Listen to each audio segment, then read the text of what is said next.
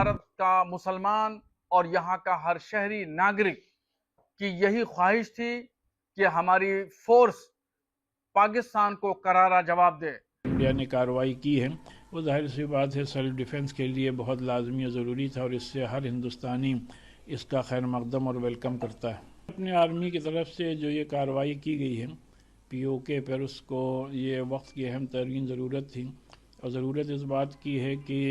Terror को और दहशत गर्दी को रोकने के लिए जितने भी सख्त इक़दाम किए जाएँ वो कम है, और हम ये समझते हैं कि इस कार्रवाई से दहशतगर्दी पर बड़े पैमाने पर कंट्रोल करने में कामयाबी हिंदुस्तान को हासिल होगी। सर, देश भर में इस कार्रवाई के बाद से खुशी का माहौल है, लोग सड़कों पर निकल कर जश्न मना रहे हैं। यानी यकीनी तौर पे पहलगाम हमले के बाद जो एक माहौल बन गया था और जितना लोगों को में गम और गुस्सा था, उसके बाद ये वक्त की अहम तरीन ज़रूरत थी कि जहाँ से भी दहशतगर्दी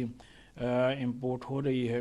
उसके ख़िलाफ़ सख्त कानूनी कार्रवाई की जाए। और ये बात रोज़ रोशन की तरह आया हो चुकी थी कि किस तरीके से POK में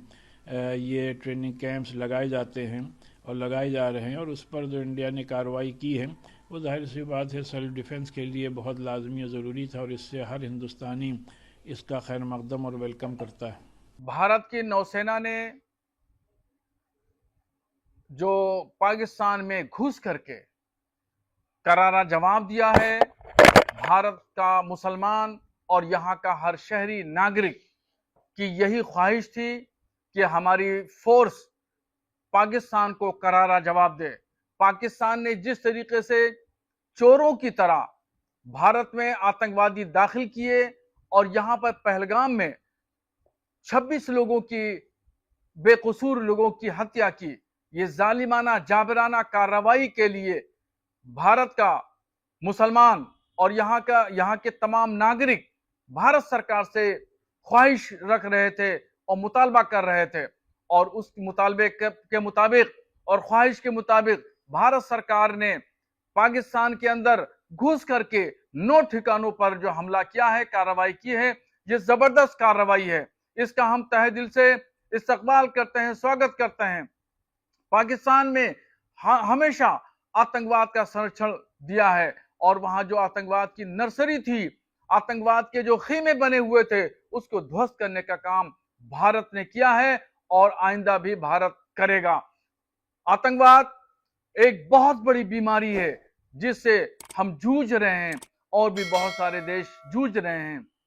इसमें अहम कलीदी किरदार भारत को टेंशन देने का, भारत में खुराफात फैलाने का, भारत में आतंकवादी गतिविधियां करने का जो किरदार है वो हमेशा पाकिस्तान का रहा है। इसलिए पाकिस्तान को करारा जवाब दिया गया और आइंदा भी दिया जाएगा। भारत का मुसलमान खुश है। जो जहाँ पहलगाम में हमला हुआ था उसके बाद जो एक पूरा माहौल बन गया था, इस जो कार्रवाई है इससे पूरा अब चैन और अमन की बात होगी। पहलगाम की घटना के बाद भारत में बहुत सारे लोग तरह तरह की बातें कर रहे थे,